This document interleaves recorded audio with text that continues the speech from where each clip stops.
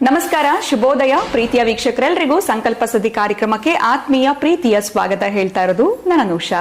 ಮೊದಲನೇ ಬಾರಿ ನಮ್ಮ ಚಾನೆಲ್ ವೀಕ್ಷಿಸ್ತಿದ್ದೀರಾ ಅಂತಂದ್ರೆ ಈಗಲೇ ನಮ್ಮ ಚಾನೆಲ್ ನ ಸಬ್ಸ್ಕ್ರೈಬ್ ಮಾಡಿ, ನಮ್ಮ ವಿಡಿಯೋಸ್ ನ ಲೈಕ್ ಮಾಡಿ.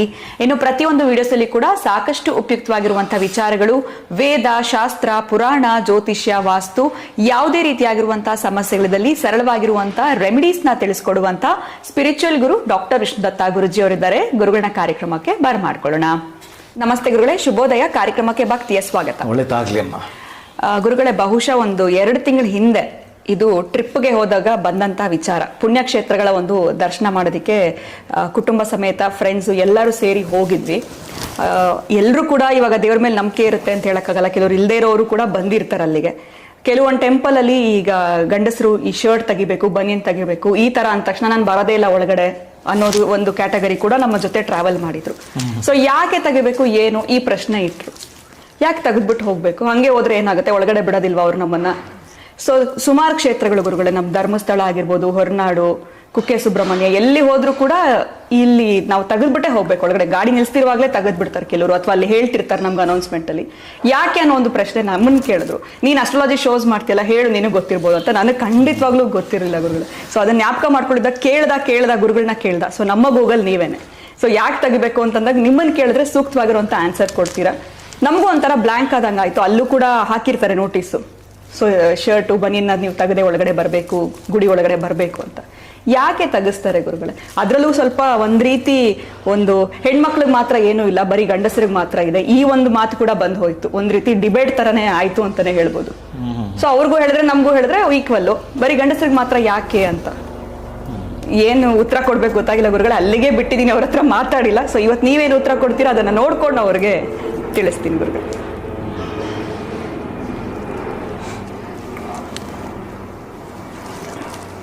ಓಂ ವಿಶ್ವಸ್ಮೈ ನಮಃ.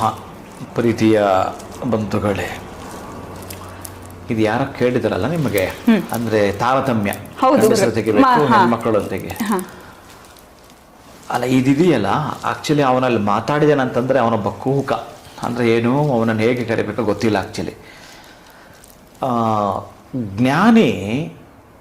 ಜ್ಞಾನಿಗೆ ಭೋಜನ ಮತ್ತು ವಿಸರ್ಜನೆಯ ವ್ಯತ್ಯಾಸ ಗೊತ್ತಿದ್ರೆ, ಈ ಪ್ರಶ್ನೆ ಮಾಡಿರುವ ಅಜ್ಞಾನಿಗಳಿಗೆ ವಿಸರ್ಜನೆಯೇ ಭೋಜನ ಯಾಕಾಗಬಾರದು ಅನ್ನೋ ಪ್ರಶ್ನೆ ಬಂತು. ಇನ್ನು ನಾನು ಹೆಚ್ಚಿಗೆ ಹೇಳೋದು ಬೇಡ ಅನ್ಕೊಂತೀನಿ. ಅವರಿಗೆ ಆ ಸೂಕ್ಷ್ಮದ ಪ್ರಶ್ನೆ ಕೇಳಿದವನಿಗೆ ಸಮಾನತೆ ಬೇಕಲ್ಲ ಇಲ್ಲಿ. ಅವನು ಮೋಸ್ಟ್ಲಿ ಪ್ರಶ್ನೆ ಇರ್ಬೋದು, ಅಂದರೆ ಗಂಡಸರಿಗೆ ಮಾತ್ರ ಶರ್ಟ್ ತೆಗೆಸುವಂಥದ್ದು, ಬನಿಯನ್ ತೆಗೆಸುವಂಥದ್ದು, ಹೆಣ್ಣು ಮಕ್ಕಳಿಗೆ ತೆಗೆಸಲ್ಲ ಅಂತಂದರೆ, ಅದೇ ಜ್ಞಾನಿಗೆ ಭೋಜನ ಆ ವಿಸರ್ಜನೆ ವ್ಯತ್ಯಾಸ ಗೊತ್ತಿರುತ್ತೆ. ಇದೇ ಅಜ್ಞಾನಿಗೆ ವಿಸರ್ಜನೆಯೇ ಭೋಜನ ಯಾಕಾಗಬಾರದು ಅನ್ನೋ ಸಿದ್ಧಾಂತ ಇರಬೇಕಾತ. ಇಲ್ಲಿ ಏನು ಅಂತಂದರೆ, ನಮ್ಮ ಹಿರಿಯರು ಈ ಸನಾತನ ಸಂಪ್ರದಾಯದ ಸಂಸ್ಕೃತಿಯಲ್ಲಿ ಕೆಲವೊಂದು ಅಡಕ ಮಾಡಿದಾರಲ್ಲ, ಬಹಳ ಪ್ರಾಚೀನ. ಇದೆಲ್ಲ ಬಹುಶಃ ಈ ತ್ರಿವೇಂದ್ರಂ, ತಿರುವನಂತಪುರಂ, ಅನಂತ ಪದ್ಮನಾಭ ಸ್ವಾಮಿ ದೇವಾಲಯದಲ್ಲಿ ಕೆಲವೊಂದು ವಿಶೇಷ ದಿನಗಳನ್ನು ನಾನು ಅಲ್ಲಿದ್ದು ಮಾಡುವಾಗ ಕೆಲವರು ಬಹುಶಃ ಅಲ್ಲಿ ತುಂಬ ಸ್ಟ್ರಿಕ್ಟ್ ಮಾಡ್ತಾರೆ. ಇದನ್ನು ಯಾರು ಕೂಡ ಶರ್ಟ್ ಬನಿಯನ್ ಹಾಕೊಂಡು ಬರಲಿಕ್ಕೆ ಸಾಧ್ಯವೇ ಇಲ್ಲ. ಆಗ ನನ್ನ ಜೊತೆ ಬಹಳ ವರ್ಷಗಳು ಕೆಲಸ ಮಾಡಿದವ ಶಂಕರ್ ಅಂತ, ಅವರು ಮಲಯಾಳಿನೇ. ಅವ್ರಿಗೆ ಪ್ರಶ್ನೆ ಮಾಡಿದ್ರು, ಗುರುಗಳು ಯಾಕೆ ಶರ್ಟು ಬನಿಯನ್ ಅದನ್ನು ನೀವೀಗ ಕೇಳ್ತಾ ಇದ್ದೀರಿ. ಬಹುಶಃ ಇದಕ್ಕೆ ಒಂದು ಶ್ಲೋಕನೂ ಹೇಳುತ್ತೆ. ಜ್ಞಾಪಕ ಬಂದಾಗ ಮಧ್ಯದಲ್ಲಿ ಅದು ಶ್ಲೋಕ ನಿಮಗೆ ತಿಳಿಸ್ತೀನಿ. ಇಲ್ಲಿ ನೀವು ಗಮನಿಸಿ ನಿಧಾನಕ್ಕೆ. ಎಕ್ಸ್ರೇ ತೆಗೆಯುವಾಗ ಆ ಶರ್ಟ್ ಬನಿಯನ್ನು ತೆಗೆಸ್ತಾರೆ ಅಲ್ವಾ? ಹೌದು. ಇದೇ ಸಿದ್ಧಾಂತವೇ ಪ್ರೀತಿಯ ಬಂಧುಗಳೇ. ಎಕ್ಸ್ರೇಗೆ ಹೇಗೆ ನಿಮ್ಮ ಶರ್ಟ್ ಬನಿಯನ್ನು ತೆಗೆಸಿ ಅದನ್ನು ಎಕ್ಸ್ರೇ ಮಾಡಲಾಗುತ್ತದೆಯೋ, ಯಾವ ಕಾರಣಕ್ಕಾಗಿ ಮಾಡ್ತಾರೋ ಅದು ನಿಮಗೆ ಗೊತ್ತಿರುತ್ತೆ. ಆದರೆ ಇಲ್ಲಿ ಈ ಕತ್ತರಿ ಹಾಕಿ ಸ್ಟಿಚ್ ಮಾಡಿರೋ ಉಡುಪುಗಳನ್ನು ಧರಿಸಿದರೆ ಅಶುಭದ ಸಂಕೇತ ಅಂತ ಹೇಳುತ್ತೆ. ಒಂದು, ಆಮೇಲೆ ಕಾಸ್ಮಿಕ್ ಎನರ್ಜಿ ನಮ್ಮ ದೇಹವನ್ನು ಪ್ರವೇಶ ಮಾಡಬೇಕಾದ್ರೆ ಆ ಸ್ಟಿಚ್ ಇರೋ ಜಾಗದಲ್ಲಿ ಬಹುಶಃ ಎಲ್ಲೋ ನಿಮಗೆ ಈ ಟವರ್ ಕನೆಕ್ಟ್ ಆಗದೆ ಇದ್ದರೆ ಹೆಂಗೆ ಕಟ್ ಆಗುತ್ತೆ ಹಾಗೆ ಬಹುಶಃ ಆಗಬಹುದು. 100ಕ್ಕೆ 100 ಹೇಳ್ಬೇಕಂದ್ರೆ ಹೆಲ್ತ್ ಅಂಡ್ ವೆಲ್ತ್ ಎರಡೂ ಪಡ್ಕೊಳ್ಬೇಕಾದ್ರೆ ಅಂತಹ ದೇಗುರಲ್ಲಿ ಶಕ್ತಿ ತುಂಬ ಅದ್ಭುತವಾಗಿದೆ. ಅದು ನೇರವಾಗಿ ನಿಮಗೆ ಸಿಗಲಿಕ್ಕಿರತಕ್ಕಂತಹ ಮಾರ್ಗ ಅಂತ ಹೇಳಿ ನೀವು ನೋಡಿ. ಬೇಕಾದರೆ ಈ ಮದುವೆಯ ಮುಂಜುಗಳೆಲ್ಲ ಕೂಡ ಈ ಹೆಣ್ಣು ಗಂಡು ಕೂಡ ಅಷ್ಟೇ ಪಂಚೆ ಕಟ್ಕೊಂಡಿರ್ತಾನೆ ಹುಡುಗ. ಆಮೇಲೆ ಸಾಧ್ಯ ಆದಷ್ಟು ಶರ್ಟ್ ಹಾಕಿದ್ರು ಅದ್ರ ಮೇಲೆ ಒಂದು ಶಲ್ಯ ಹಾಕಿರ್ತಾರೆ. ಆಮೇಲೆ ತತ್ಪೂರ್ವ ಹೆಣ್ಣು ಮಕ್ಕಳಿಗೆ ಯಾಕಿಲ್ಲ ಇದು ಅಂತಂದರೆ, ಅವನು ಯಾರ ಪ್ರಶ್ನೆ ಕೇಳಿದ್ದರಲ್ಲಿ ಎರಡು ವಿಭಿನ್ನತೆ ಇದೆ. ಬಹುಶಃ ಅವನು ವ್ಯಂಗ್ಯವಾಗಿ ಮಾಡಿರತಕ್ಕಂಥದ್ದು ನೀವು ಇರಬಹುದು.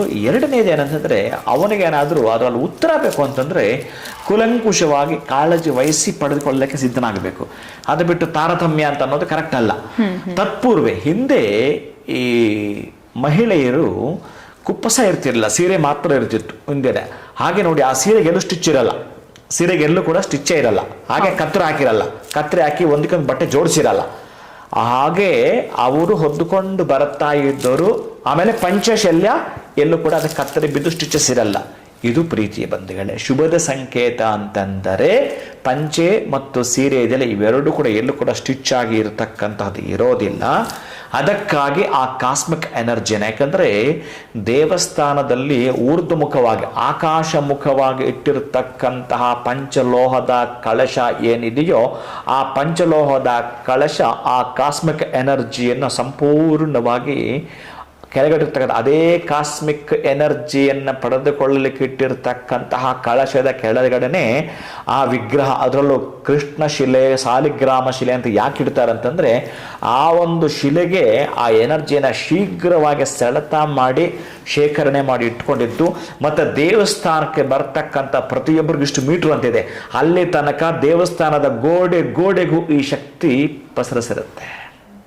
ಆ ಶಕ್ತಿಯನ್ನು ಪಡೆದುಕೊಳ್ಳಲಿಕ್ಕೆ ಬಹುಶಃ ನಮ್ಮಲ್ಲಿ ನೋಡಿ, ಈ ಹೆಣ್ಣು ಮಕ್ಕಳಿಗೂ ಗಂಡು ಮಕ್ಕಳಿಗೂ ಒಂದು ವ್ಯತ್ಯಾಸ ಇದೆ.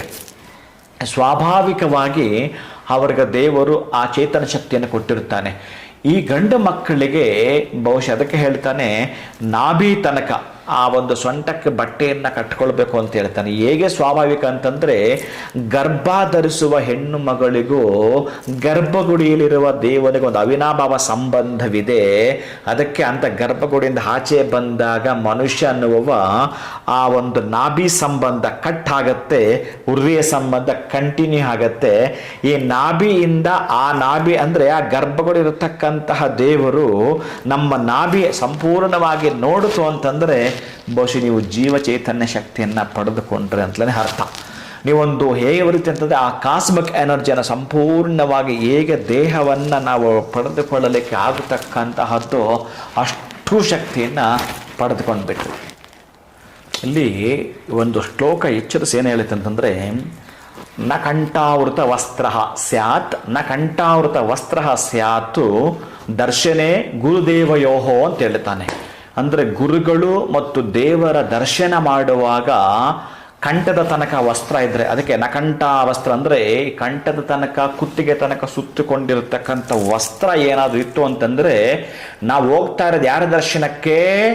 ದೇವರು ಅಥವಾ ಗುರುಗಳ ದರ್ಶನಕ್ಕೆ ಹೋಗ್ತಾ ಇದ್ದೀವಿ ಅಂತಂದರೆ ಸೊಂಟಕ್ಕೆ ಬಟ್ಟೆ ಕಟ್ಟಿಕೋ, ಅದನ್ನು ತೆಗೆದು. ಯಾಕೆ ಅಂತ ಹೇಳ್ತಾನಂತಂದರೆ, ಕಟ್ಕೊಳ್ಳೋಂಥದ್ದು ನೀನೇನಾದರೂ ಇಲ್ಲಿ ತನಕ ಹಾಕ್ಕೊಂಡಿದ್ದರೆ ಆ ವಸ್ತ್ರಶಾಸ್ತ್ರ ಏನು ಹೇಳುತ್ತೆ ಅಂತಂದರೆ, ಯಾರು ಕುತ್ತಿಗೆ ತನಕ ವಸ್ತ್ರವನ್ನು ಹಾಕ್ಕೊಂಡು ದೇವರ ದರ್ಶನಕ್ಕೆ ಹೋಗ್ತಾರೋ ಅವರುಗಳು ದೇವರಿಗಿಂತಲೂ ಗುರುಗಳಿಂತಲೂ ಹಿರಿಯರು ಅಂತ ತೋರಿಸುತ್ತಂತೆ.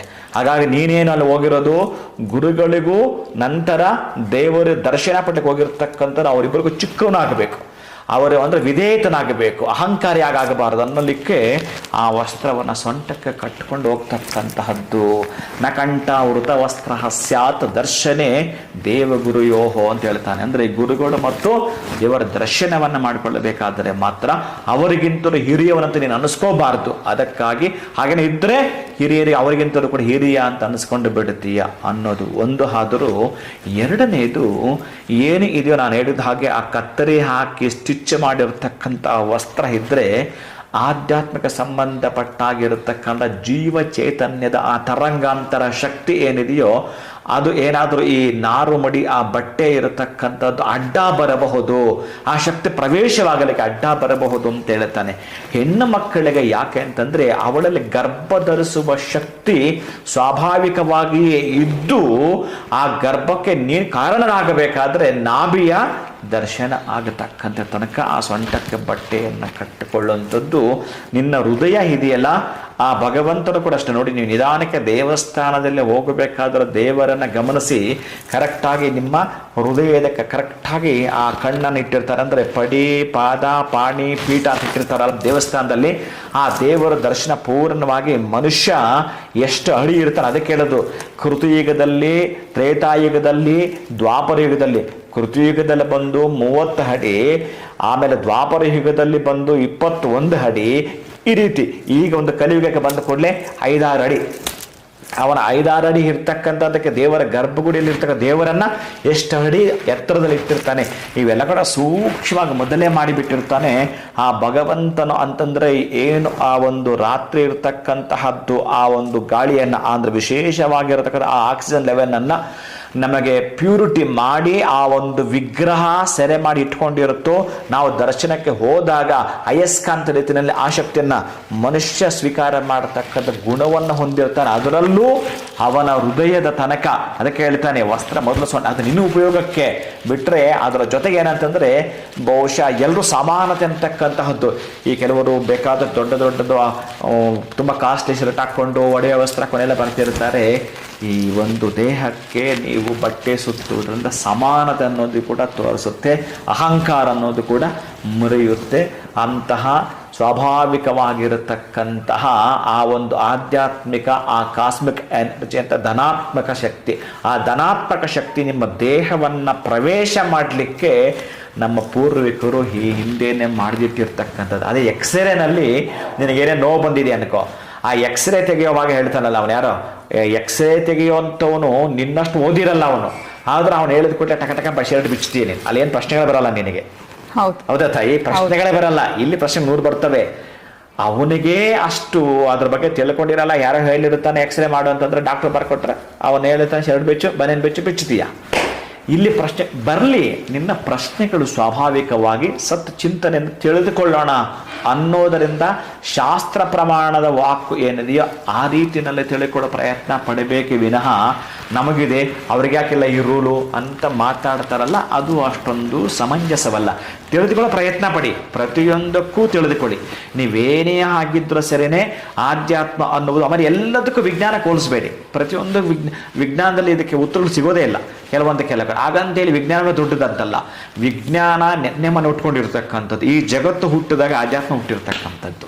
ಈ ಆಧ್ಯಾತ್ಮದ ಒಳಗಡೆ ಜಗತ್ತೊಳಗಡೆ ಆಧ್ಯಾತ್ಮ. ಹೀಗೆ ತೆಗೆದುಕೊಳ್ಳಿ ಬಿಟ್ಟರೆ ನಿಮ್ಮ ಹಬ್ಬ ಹರಿದಿನಗಳು, ನೀವು ಬೆಳೆಯುವಂಥ ಬೆಳೆಗಳು, ಬೆಳೀತಕ್ಕಂಥ ರೈತನ ಅಕ್ಕಿಗೂ, ನೀವೆಲ್ಲ ಸಿಸ್ಟಮ್ ಕೆಲಸ ಮಾಡೋದಕ್ಕೂ, ಆ ಅಕ್ಕಿ ಕಾಳು, ನೀವು ಹಸಿವು ನೀಗಿಸುವಂಥ ಅಕ್ಕಿ ಕಾಳಿಗೂ ಆ ಕಂಪ್ಯೂಟರ್ಗೂ ಲೆಕ್ಕ ಹಾಕಕ್ಕೆ ಹೋಗಬೇಡಿ. ಆದರೆ ಹಸಿವು ನೀಗಿಸ್ತಕ್ಕಂತಹದ್ದು ಯಾವುದು? ಆಧ್ಯಾತ್ಮದ ನಮ್ಮ ಆಯಸ್ಸನ್ನು, ಆರೋಗ್ಯವನ್ನು, ಐಶ್ವರ್ಯವನ್ನು ವೃದ್ಧಿ ಮಾಡ್ಕೊಳ್ಳತಕ್ಕಂಥದ್ದು. ಹಾರ್ಟ್ ಅಟ್ಯಾಕ್ ಬರಲ್ಲ. ಇದು ಸೂಕ್ಷ್ಮ ಗೊತ್ತಾ ನಿಮಗೆ? ಶಿರಟೆಯನ್ನು ನೀವು ಸೊಂಟಕ್ಕೆ ಕಟ್ಕೊಂಡು ಹೋಗಿದ್ರೆ ಬಹುಶಃ ನಿಮ್ಮ ವಯಸ್ಸು, ನೀವೇನಕ್ಕೆ ಹೋಗ್ತೀರಿ ದೇವಸ್ಥಾನಕ್ಕೆ? ಮೋಜು ಮಸ್ತಿಗಂತೂ ಅಲ್ಲ. ಏನೋ ಒಂದು ಹರಕೆ ಇಟ್ಕೊಂಡು ಹೋಗಿರ್ತೀರಿ, ಅಥವಾ ದೇವರ ದರ್ಶನ ಮಾಡಿದ್ರೆ ಒಳ್ಳೇದಾಗುತ್ತೆ ಅಂತ ಹೋಗಿರ್ತೀರಿ. ಇನ್ನು ಒಳ್ಳೇದಾಗಬೇಕೋ ಬೇಡವೋ? ಒಳ್ಳೇದಾಗಬೇಕು ಅಂತಂದ್ರೆ ಕೆಲವು ರೂಲ್ ಯಾಕೆ ಮಾಡಿರ್ತಾರೆ, ಅದನ್ನು ಬೇಕಾದ್ರೆ ತಿಳ್ಕೊಳ್ಳೋ ಪ್ರಯತ್ನ ಪಡಿ. ಇಲ್ಲ ಅಂತಂದ್ರೆ ನಮಗೆ ಬೇಡ, ಆ ದೊಡ್ಡವರು ಏನು ಮಾಡಿದ್ರೆ ಹಾಗೆ ನಡ್ಕೊಳ್ತೀವಿ ಅನ್ನೋ ರೀತಿಯೊಳಗೆ ದರ್ಶನ ಮಾಡಿಕೊಂಡ್ರೆ 3 ಕಟ್ಟಿಟ್ಟು ಬರ್ತದೆ. ಅದಕ್ಕೆ ಹೇಳ್ತಾರೆ ತೀರ್ಥಕ್ಷೇತ್ರಗಳು ಮತ್ತು ಪುಣ್ಯಕ್ಷೇತ್ರಗಳು ಇವೆರಡೂ ಮಾಡಬೇಕಾದ್ರೆ ಈ ಹಿರಿಯರು, ನಮ್ಮ ಹಿಂದೆ ಮಾಡಿರ್ತಕ್ಕ ಹಿರಿಯರು, ಅತ್ಯಂತ ಪ್ರಭಾವಶಾಲಿಯಾದ ಶಕ್ತಿಗಳು ಕೆಲವೊಂದು ಕೇಂದ್ರಗಳಿದ್ದಾವೆ. ಆ ಶಕ್ತಿ ಕೇಂದ್ರಗಳಿಗೆ ಹೋದರೆ ಬಹಳ ಅದ್ಭುತಗಳು ಜರುಗಿಬಿಡ್ತವೆ. ಈ ನಮ್ಮ ಕೋಲಾರದ ಬಳಿ ವಿರೂಪಾಕ್ಷನ ದೇವಸ್ಥಾನ ಇದೆ. ವಿರೂಪಾಕ್ಷನ ದೇವಸ್ಥಾನದಲ್ಲಿ ಒಂದು ಎನರ್ಜಿ ಇದೆ, ಅದ್ಭುತವಾದ ಎನರ್ಜಿ ಇದೆ. ಮೂಗ ಕೂಡ ಮಾತಾಡ್ಬಿಡ್ತಾನೆ, ಬಹುಶಃ ಮೂಗ ಮಾತಾಡ್ಬಿಡ್ತಾನ್ರಿ, ಕುಂಟ ನಡೆದು ಬಿಡ್ತಾನ್ರಿ. ಅಂತ ಶಕ್ತಿ ಅಲ್ಲಿ ಋಷಿಗಳು ಬರೆದಿಟ್ಟಿರೋ ಬೀಜಾಕ್ಷರಗಳು ಒಂದು ಉರುಳ ಸೇವೆ ಮಾಡಿದ್ರೆ ಸಾಕಲ್ಲ, ಬೇರೆ ಇನ್ನೆಲ್ಲ ವರ್ಕೌಟ್ ಆಗಲ್ಲ. ಅದಕ್ಕೆ ಕೆಲವೊಂದು ಆಸ್ಪತ್ರೆಗಳು ಕೆಲವೊಂದಕ್ಕೆ ಪ್ರಸಿದ್ಧಿ ಪಡೆದಿರುತ್ತವೆ. ಹಾಗೆ ಕೆಲವೊಂದು ಕ್ಷೇತ್ರಗಳು ಅತ್ಯಂತ ಅದ್ಭುತವಾಗಿರತಕ್ಕಂಥದ್ದು ಇದೆ. ನಾವು ಅದನ್ನು ಇಣಿಕೆ ನೋಡ್ತಕ್ಕಂಥ ನೋಟ ಇದೆಯಲ್ಲ, ಅದು ಹೇಗಿರಬೇಕು ಅಂತಂದರೆ ಸಾಕ್ಷೀಕರಿಸ್ತಕ್ಕಂತಹದ್ದು, ಪ್ರಾಮಾಣಿಕವಾಗಿರ್ತಕ್ಕಂತಹದ್ದು, ನಂಬಿಕೆ. ಆಮೇಲೆ ನಂಬಿಕೆ ಅನ್ನೋದು ಏನು ಗೊತ್ತೇನೋ, ನೀವು ಹಸಿವಾಗ್ತಾ ಇದೆಯಲ್ಲ, ತೋರಿಸು ನೋಡೋಣ, ತೋರ್ಸೋಕ್ಕಾಗಲ್ಲ. ಈಗ ಊಟ ಮಾಡಿದ್ರೆ ಹಸು ಹೋಗುತ್ತೆ ನನ್ನ ನಂಬಿಕೆ ಇದೆಯಲ್ಲ, ಹಾಗೆ ಅದಕ್ಕಿಂತಲೂ ಇನ್ನೇನೋ ಹೆಚ್ಚಿಗಿತ್ತು ಅಂತಂದರೆ ಆಧ್ಯಾತ್ಮವನ್ನು ನೀವು ನಂಬಿದರೆ ಹೇಗಿರುತ್ತೆ ಅಂತಂದರೆ, ಆ ಶರ್ಟು ನೀವು ಬನಿಯನ್ನು ಬಿಚ್ಚಿ ಹೋದಾಗ ನಿಮಗೆ ಉಪಯೋಗ ಆಗ್ತಕ್ಕಂಥದ್ದು, ಆರೋಗ್ಯ ಅಭಿವೃದ್ಧಿ ಆಗುತ್ತೆ, ಆಯಸ್ಸು ಅಭಿವೃದ್ಧಿ ಆಗುತ್ತೆ. ಈ ಒಂದು ರೈತ ಹಸುವನ್ನ ಬೆಳಗ್ಗೆ ಅದನ್ನ ಓಡಿಸ್ಕೊಂಡು ಹೋದ್ರೆ ಹೇ ನಡಿ ಅಂತ ಅವನು ಒಂದು ಏಟ್ ಹಾಕಿದ್ರೆ ಆ ಹಿಂದಗಡೆ ಹಿಂಬದಿ ಅದಕ್ಕೆ ಆ ಪೃಷ್ಠಭಾಗಕ್ಕೆ ಅದರ ಬೆನ್ನ ಮೇಲೆ ಒಂದು ಕೈ ಹಾಕಿದ್ರೆ ಅದು ಸ್ಕ್ಯಾನ್ ಮಾಡ್ಕೊಳ್ಳುತ್ತಂತೆ. ಇಷ್ಟೊತ್ತು ಇವನೇನು ಆಲೋಚನೆ ಮಾಡ್ದ, ನನ್ನನ್ನು ಹೀಗೆ ಮುಟ್ಟಿದ, ಅದಕ್ಕೆ ಸಂಬಂಧಪಟ್ಟದ್ದನ್ನೇ ಆ ಹುಲ್ಲು ಆ ತರಹದ ಮೂಲಿಕೆಗಳನ್ನೇ ತಿಂದು ಸಾಯಂಕಾಲ ಬಂದು ಹಾಲು ಕೊಟ್ಟು ಅವನದನ್ನು ಕುಡಿದ್ರೆ ಕಫವಾತ ಪಿತ್ತ ದೋಷ ನಿವಾರಣೆ ಆಗುತ್ತೆ. ಅಷ್ಟು ಸೂಕ್ಷ್ಮ ಆ ಹಸು ಇದೆ ಅಂತಂದಾಗ, ಇನ್ನು ಈ ದೇವಾಲಯಗಳು ನಮ್ಮ ಋಷಿ ಪರಂಪರೆ, ನಮ್ಮ ಕೃಷಿ ಪರಂಪರೆ ಈ ಹಿಂದೆ ಮಾಡಿರ್ತಕ್ಕಂಥವ್ರು ಎಷ್ಟು ಅರ್ಥವನ್ನಿಟ್ಟು ಮಾಡಿರ್ತಾರೆ, ಎಷ್ಟು ಅದ್ಭುತಗಳನ್ನು ಇಟ್ಟು ಮಾಡಿರ್ತಾರೆ. ಅದಕ್ಕಾಗಿ ನೀವು ತಿಳಿದುಕೊಳ್ಳುವಂಥ ಪ್ರಯತ್ನ ಮಾಡಿ, ಇಲ್ಲ ನೀವು ಎಲ್ಲರೂ ಪಾಲನೆ ಮಾಡ್ತಾ ಬನ್ನಿ, ಆರೋಗ್ಯ ಐಶ್ವರ್ಯವನ್ನು ನೀವು ಪಡೆದುಕೊಳ್ತೀರಿ. ಪ್ರೀತಿಯ ಬಂಧುಗಳೇ, ಬಹಳ ಇದೆ ಮಾತಾಡುವಂಥದ್ದು. ಸೂಕ್ಷ್ಮವಾಗಿ ತಿಳಿಸ್ಬೇಕು ಅಂತಂದರೆ ಇಷ್ಟು ಮಾತ್ರ ಅರ್ಥ ಆಗುವಂಥದ್ದು. ಅದಕ್ಕೆ ನಾನು ಹೇಳಿದೆ, ಎಲ್ಲೋ ಒಂದು ಕಡೆ ಈ ಅಕ್ವೇರಿಯಂ ಇದೆಯಲ್ಲ, ಫಿಶ್ ಅಕ್ವೇರಿಯಮಲ್ಲಿ 40 ನಿಮಿಷಗಳ ಕಾಲ ಒಂದು ಮಂತ್ರ ಹೇಳಿ ತುಂಬ ಎಣ್ಣೆ ಆಯಿಲ್ ಮಾಡಿ ಲೂಬ್ರಿಕೆಂಟ್ ಮಾಡಿ 2 ಖರ್ಚಿಪ್, ಒಂದನ್ನು ಪೂರ್ತಿನ ವಾಶ್ ಮಾಡಿ ಇನ್ನೊಂದನ್ನು ಅದ್ರ ಒಳಗಡೆ ಹಾಕಿ 40 ನಿಮಿಷ ವೇದ ಮಂತ್ರದ್ದಿದೆ ಕೆಲವು. ಆ ವೇದ ಮಂತ್ರ ಹೇಳಿದಾಗ ನೀವು 2 ಸಲ ವಾಶ್ ಮಾಡಿ ಇದನ್ನು 10 ಸಲ ವಾಶ್ ಮಾಡಿದ್ರೆ ಕ್ಲೀನ್ ಆಗಿರುತ್ತೆ. ಬರೀ ನೀರು ಮಾತ್ರ, ಸೋಪು ಬೇಡ ಸರ್ಪು ಬೇಡ. ಮಂತ್ರಕ್ಕಷ್ಟು ಶಕ್ತಿ ಇದೆ ಅಂತ. ಆದರೆ ಯಾವಾಗ ಎಲ್ಲಿ ಯಾವ ಮಂತ್ರವನ್ನು ಬಳಸಬೇಕು, ಉಪಯೋಗಿಸ್ಕೋಬೇಕು ಅನ್ನೋದು ನಮಗೆ ಗೊತ್ತಿರಬೇಕು. ಸ್ತೋತ್ರ ಹೇಳಬೇಕಾ, ನಾನು ಈ ಸಂದರ್ಭದಲ್ಲಿ ವೇದ ಹೇಳಬೇಕಾ, ನನಗೆ ಬಂದಿರೋ ಕಾಯಿಲೆಗೆ ನಾನು ಯಾವ ದೇವಸ್ಥಾನಕ್ಕೆ ಹೋಗಬೇಕು, ನನಗೆ ಬಂದಿರತಕ್ಕಂಥ ಆರ್ಥಿಕದ ರೋಗಕ್ಕೆ, ನನಗೆ ಬಂದಿರತಕ್ಕಂಥ ಈ ಸಾಲದ ರೋಗಕ್ಕೆ ನಾನು ಯಾವ ಕ್ಷೇತ್ರಕ್ಕೆ ಹೋಗಬೇಕು ಅನ್ನೋದನ್ನು ಈಗಾಗಲೇ ನಾನು ಹಿಂದೆ ಕೊಟ್ಟಿದ್ದೇನೆ. ಅಂತಹದ್ದಕ್ಕೆ ಹೋಗಿ ಬನ್ನಿ, ಆ ತಾಪತ್ರದಿಂದ ಹೊರಗೆ ಬನ್ನಿ. ಈಗ ನೀವು ಕೇಳುವಂಥ ಪ್ರಶ್ನೆಗಳಿದಾವಲ್ಲ, ಅದು ನಿಮ್ಮ ಅಲ್ಪ ಬುದ್ಧಿಯಿಂದ ಕೇಳುವಂಥ ಕೆಲವು ಪ್ರಶ್ನೆಗಳು. ನಿಮ್ಗೆ ಯಾರು ಕೇಳಿದ್ರೋ ನನಗೆ ಗೊತ್ತಿಲ್ಲ, ಬಹುಶಃ ಅವ್ರಿಗೆ ಇದನ್ನು ಮುಟ್ಟಿಸಿ ಬಹುಶಃ ಸ್ಟಿಚಸ್ ಹಾಕಿದೀವಲ್ಲ, ಅಲ್ಲಿ ಆ ಒಂದು ಆಧ್ಯಾತ್ಮಿಕ ಆ ತರಂಗಾಂತರ ಆ ಸಕಾರಾತ್ಮಕ ಶಕ್ತಿ ಹೊರ ಹೊಮ್ಮಬೇಕಾದ್ರೆ ಆ ಸ್ಟಿಚಸ್ ಅಡ್ಡ ಬರುತ್ತಂತೆ. ಇದು ಕೂಡ ವಿಜ್ಞಾನವೇ. ಬೇಕಾದ್ರೆ ನೀವು ಚೆಕ್ ಮಾಡ್ಕೊಳ್ಳಿ, ಪರೀಕ್ಷೆ ಮಾಡುತ್ತಾ ಬನ್ನಿ. ಇಷ್ಟೆಲ್ಲ ಅದ್ಭುತಗಳು ಅಡಕವಾಗಿರ್ತವೆ ಪ್ರೀತಿಯ ಬಂಧುಗಳೇ. ಖಂಡಿತ ಗುರುಗಳೇ, ಅದ್ಭುತವಾಗಿರುವಂತ ವಿಚಾರವನ್ನ ನಾವು ತಿಳ್ಕೊಂಡ್ವಿ. ಇದು ವಿಚಾರ ನನಗಂತೂ ಗೊತ್ತಿರಲ್ಲ, ಗೊತ್ತಿದ್ರೆ ಬಹುಶಃ ಅವತ್ತೇ ಅವ್ರಿಗೆ ಈ ವಿಚಾರನ ಮುಟ್ಟಿಸ್ತಾ ಇದ್ದೆ ಅಂತಾನೆ ಹೇಳ್ಬೋದು. ನೀವು ಒಂದು ಉದಾಹರಣೆ ಕೊಟ್ರಿ, ಒಂದು ಎಕ್ಸ್ರೇ ಅನ್ನೋ ಒಂದು ವಿಚಾರ, ಅದು ಪ್ರತಿಯೊಬ್ಬರಿಗೂ ಈಸಿಯಾಗಿ ಅರ್ಥ ಆಗ್ಬಿಡುತ್ತೆ. ಅಲ್ಲಿ ನಾವು ಅವ್ರು ಹೇಳ್ದಂಗೆ ಕೇಳ್ತೀವಿ, ಇಲ್ಲಿ ಯಾಕೆ ಕೇಳೋದಿಲ್ಲ, ನಾವೆಲ್ಲೋ ಒಂದು ಕಡೆ ಇಲ್ಲಿ ಅಸಡ್ಡೆಯನ್ನ ಮಾಡ್ತೀವಿ. ಆದ್ರೆ ಇಲ್ಲಿ ನಾವು ಯಾಕೆ ಆ ರೀತಿ ಹೋಗ್ಬೇಕು, ಹೋಗೋದ್ರಿಂದ ನಮಗೆ ಒಂದು ಕಾಸ್ಮಿಕ್ ಎನರ್ಜಿ ಅಥವಾ ಪಾಸಿಟಿವ್ ವೈಬ್ಸ್ ಅನ್ನೋಂಥದ್ದು ಹೇಗೆ ಅಟ್ರಾಕ್ಟ್ ಆಗುತ್ತೆ ಅನ್ನೋದ್ರ ಬಗ್ಗೆ ತಿಳಿಸ್ಕೊಟ್ರಿ. ಇನ್ನು ಹೆಣ್ಮಕ್ಳು ಸೀರೆನಲ್ಲಿ ಹೋದಾಗ ಏನಾಗುತ್ತೆ ಅನ್ನೋದ್ರ ಬಗ್ಗೆ ತಿಳಿಸ್ಕೊಟ್ಟಿದ್ರೆ, ಇನ್ ಮುಂದೆ ಟೆಂಪಲ್ ಹೋಗುವಂತ ಹೆಣ್ಮಕ್ಳು ಸ್ಯಾರಿ ಹಾಕೊಂಡು ಹೋದ್ರೆ ಬಹುಶಃ ನಾವು ಅಷ್ಟೇ ಆ ಕಾಸ್ಮಿಕ್ ಎನರ್ಜಿನ ಅಟ್ರಾಕ್ಟ್ ಮಾಡ್ಕೊಳ್ತೀವಿ ಅಂತ ನಾನು ಭಾವಿಸ್ತೀನಿ ಗುರುಗಳೇ. ಅಲ್ಲ, ಅದಲ್ಲ ಮೇಜರ್ ಆಗಿ ಏನು ಗೊತ್ತಾ, ಹೆಣ್ಣು ಮಕ್ಕಳಿಗೆ ಯಾಕೆ ನಮಗ್ ಗಂಡು ಮಕ್ಕಳಿಗೆ ಮಾತ್ರ ತೆಗೆಸ್ತಾರೆ, ಹೆಣ್ಣು ಮಕ್ಕಳು ತೆಗೆಸಲ್ಲ ಅಂತಂದ್ರೆ, ಅವರು ಗರ್ಭವನ್ನ ಧರಿಸೋ ಶಕ್ತಿಯನ್ನ ಪಡೆದುಕೊಂಡು ಬಂದಿದ್ದಾರೆ. ನೀನು ಪಡ್ಕೊಂಡು ಬಾ, ಅವಾಗ ಮಾತಾಡೋಣ, ಪಡ್ಕೊಂಡು ಬಾ ನೋಡೋಣ. ಅದಕ್ಕೆ ಸ್ವಾಭಾವಿಕವಾಗಿ ಕೆಲವೊಂದು ಅಲ್ಲಿರ್ತಕ್ಕಂಥ ಕಾಸ್ಮಿಕ್ ಎನರ್ಜಿ ಇದೆಯಲ್ಲ, ಅವರಿಗೆ ಬಹುಶಃ ಸ್ವಾಭಾವಿಕ ಪಡ್ಕೊಂಡ್ಬಿಡ್ತಾರಂತೆ ಅವರು. ಆದ್ರೆ ಈ ಗಂಡು ಮಕ್ಕಳಿಗೆ ಸ್ವಾಭಾವಿಕ ಪಡೆದುಕೊಳ್ಳೋ ಶಕ್ತಿ ಇರೋದಿಲ್ಲ. ಅದಕ್ಕೆ ನಾನು ಹೇಳಿದ್ದು, ಸೂಕ್ಷ್ಮ ಒಂದು ಮಾತ್ರ ನೀವು ಹೇಳಿದ್ರೆ ಅಷ್ಟೇ ಪೂರ್ಣ ನಿಮ್ಗೆ ಅರ್ಥ ಆಗಿಡಬೇಕು. ಗರ್ಭಾಧರಿಸುವ ಹೆಣ್ಣು ಮಗಳಿಗೂ ಗರ್ಭಗುಡಿಲಿರೋ ದೇವರಿಗೂ ಅವಿನಾಭಾವ ಸಂಬಂಧವಿದೆ ಅಂತ ಹೇಳಿದೆ ನಾನು. ಅದಕ್ಕೆ ಈ ಗರ್ಭದಿಂದ ನಾವು ಆಚೆ ಬರುವಾಗ ಆ ನಾಭಿ ಸಂಬಂಧ ಅಂದ್ರೆ ಹೊಕ್ಕಳಿರುತ್ತಲ್ಲ, ಆ ಮಗುವಿಗೆ ತಾಯಿಗೆ ಆಹಾರ ಪೋಷಣೆ ಕನೆಕ್ಟ್ ಆಗೋದು ನರ ಇದೆಯಲ್ಲ, ಅದು ಕಟ್ ಆಗುತ್ತೆ. ಇದು ಕಟ್ ಆದ್ಮೇಲೆ ಅಲ್ಲಿ ಕನೆಕ್ಟ್ ಆಗ್ಬೇಕಲ್ಲ ಕಣ, ನಿನಗೆ ಆ ಕನೆಕ್ಟ್ ಆದ್ರೆ ನಿನಗೆ ಜೀವ ಪೋಷಕಾಂಶಗಳು ಸಿಗುತ್ತಾವೆ ಅಂದ್ರೆ ಅಷ್ಟು ಸಿಗಲ್ಲ. ಅದಕ್ಕಾಗಿನೇ ಇದು ಮುಂದುವರೆದ ಭಾಗ ಇದೆ. ಬಹಳ ಅದ್ಭುತವಾದ ರೋಚಕ ಹುಟ್ಟಿಸ್ತಕ್ಕಂಥ ಸತ್ಯಾಂಶಗಳಿದಾವೆ. ಒಂದೇ ಒಂದು ಸಣ್ಣದೊಂದು ಎಷ್ಟು ಅಂತಂದ್ರೆ ಒಂದು ಡಾಟ್ ಅಷ್ಟು ಒಂದು ವೀರ್ಯಾಣು, ಬರೀ ಲಿಕ್ವಿಡ್ ಅದು. ಆ ಲಿಕ್ವಿಡ್ ಮೂಳೆಗಳಿಂದ ಹಿಡಿದು, ಮಾಂಸದಿಂದ ಹಿಡಿದು, ಮಸ್ತಿಯಿಂದ ಹಿಡಿದು, ಚರ್ಮದಿಂದ ಹಿಡಿದು, ಕಪ್ಪು ಕೂದಲಿಂದ ಹಿಡಿದು, ಉಗುರುಗಳಿಂದ ಹಿಡಿದು, ಈ ದಂತದಾವನ ಹಲ್ಲುಗಳಿಂದ ಹಿಡಿದು, ಮೂಗು ಉಚ್ಛ್ವಾಸ ನಿಶ್ವಾಸದಿಂದ ಹಿಡಿದು, ಕಣ್ಣುಗಳು ಕೆಲಸ ಮಾಡಿದ್ರೆ ನೋಡಿ, ನೀವು ನಿಮ್ಮ ಕಾರ್ಗೆ ಟೈರ್ ಹಾಕ್ಸ್ತೀರಿ, ಸೌದೋಗ್ತವೆ ರೀ, ಅದು ಎಷ್ಟು 10,000 50,000 ಕಿಲೋಮೀಟರ್ ಚೇಂಜ್ ಮಾಡ್ತಾ ಇರ್ತಾರೆ. ನಿಮ್ಮ ಪಾದದ ಟೈರ್ ಏನಾದರೂ ಸವಿದ್ರೆ ಕತೆ ಏನ್ರಿ, 100 ವರ್ಷಕ್ಕೆ ಸವಿಲಲ್ರಿ, ಎಂತ ಕೊಟ್ಟಿದ್ದಾನ್ರಿ ದೇವ್ರನ್ನು. ನಿಮ್ಮ ಬ್ಯಾಟ್ರಿ ಡೆಡ್ ಆಗುತ್ತೆ ರೀ. ಈ ಶೆಲ್ ನೋಡ್ರಿ, ನೀವು ನೋಡ್ಕೊಂಡ್ರೆ ಕರೆಕ್ಟಾಗಿ ಡೆಡ್ ಆಗಲ್ವಲ್ರಿ. ಎಷ್ಟು ತರದ್ರಿ ನಿಮ್ಮ ಕಾರ್ಗೆ ಪೇಂಟ್ ಹಾಕ್ತಾರೆ. ಚರ್ಮ ನೋಡ್ರಿ, ಎಷ್ಟು ಭಗವಂತ ಮೇಲೆ ಎಷ್ಟು ಸ್ಕಿನ್ನು ನೀವು ಸಾಯೋತಾಗಿ ಇಟ್ಟಿರ್ತಾನೆ ಅಲ್ರಿ, ಅವನಿಗೂ ನಿಮಗೆ ವ್ಯತ್ಯಾಸ ಎಷ್ಟಿದೆ ಗೊತ್ತಾ. ನೀವು ಹೀಗೆ ತಿಳ್ಕೊಂತ ಹೊರಟ್ರೆ ಎಷ್ಟು ಚೆನ್ನಾಗಿರ್ತಕ್ಕಂಥದ್ದು ಅಂಗಾಂಗ ರಚನೆ ಮಾಡಿ ಕಳಿಸಿದಾನೆ ಅಂತಂದ್ರೆ, ಕಪ್ಪು ಕೂದಲು, ಒಳಗಡೆ ಎಲ್ಲೋ ಒಳಗಡೆ ಕಪ್ಪು ಪ್ರಿಸಮ್ ಅಂತಕ್ಕಂಥದ್ದು ಏನೆಲ್ಲ ಕೂಡ ಮಾಡಿಟ್ಟಿದ್ದಾನೆ ಅಂತಂದ್ರೆ, ಒಂದೊಂದು ಸೂಕ್ಷ್ಮವಾಗಿ ನೀವು ಗಮನಿಸಿದ್ರೆ, ಅದೇ ತಿಳುವಳಿಕೆಯನ್ನ ನಾವು ತಿಳಿದುಕೊಳ್ಳಲಿಕ್ಕೆ ನಿಮ್ಮಲ್ಲಿ ಜ್ಞಾನ ಬೇಕು. ಆ ಜ್ಞಾನ ಬೀಜ ಬಿತ್ತಿದ್ರೆ ತಿಳುವಳಿಕೆಗಳನ್ನು ಫಲ ಕೊಡ್ತಾ ಬರ್ತಾವಪ್ಪ. ಇದು ಬಿಟ್ಟು ನೀವು ಅಜ್ಞಾನದ ಒಳಗಡೆ ತಿಳ್ಕೊಳಕ್ಕೆ ಅಲ್ಲೂ ಸಿಗ್ತಾವೆ ನಿಮಗೆ. ಬರೀ ಕಳೆ ಟು ಕಳೆ ಅಂದರೆ ಕೆಲಸಕ್ಕೆ ಬರೋದ ಕಳೆ ಕಿತ್ತಾಕ್ತೀವಲ್ಲ ಅಂಥದ್ದೇ ಬರುತ್ತಿರ್ತಾವೆ. ಅವ್ರನ್ನೇನು ಮಾಡಕ್ಕೆ ಬರಲ್ಲ. ಅವ್ರ ಕಳೆ, ಅವ್ರ ಹೆಸರೇ ಕಳೆ. ಇನ್ನು ಅವ್ರನ್ನ ಬೆಳೆ ಅಂತ ಕರಿತೀರಿ. ಅದ್ಭುತವಾಗಿರುವಂತಹ ವಿಚಾರವನ್ನ ನಾವು ಇವತ್ತಿನ ವಿಡಿಯೋದಲ್ಲಿ ತಿಳ್ಕೊಂಡ್ವಿ ಗುರುಗಳೇ. ಈ ವಿಚಾರನ ನಮ್ಮೆಲ್ರಿಗೂ ನೀವು ತಿಳಿಸ್ಕೊಟ್ರಿ ಬಹಳ ಅಚ್ಚುಕಟ್ಟಾಗಿ. ತಮಗೆ ಧನ್ಯವಾದಗಳು. ನಮಸ್ಕಾರ. ಹರೇ ಶ್ರೀನಿವಾಸ. ಇನ್ನು ಇವತ್ತಿನ ವಿಡಿಯೋವನ್ನ ಮುಗಿಸುವಂತಹ ಸಮಯ ಆಗಿದೆ. ನಮಸ್ಕಾರ.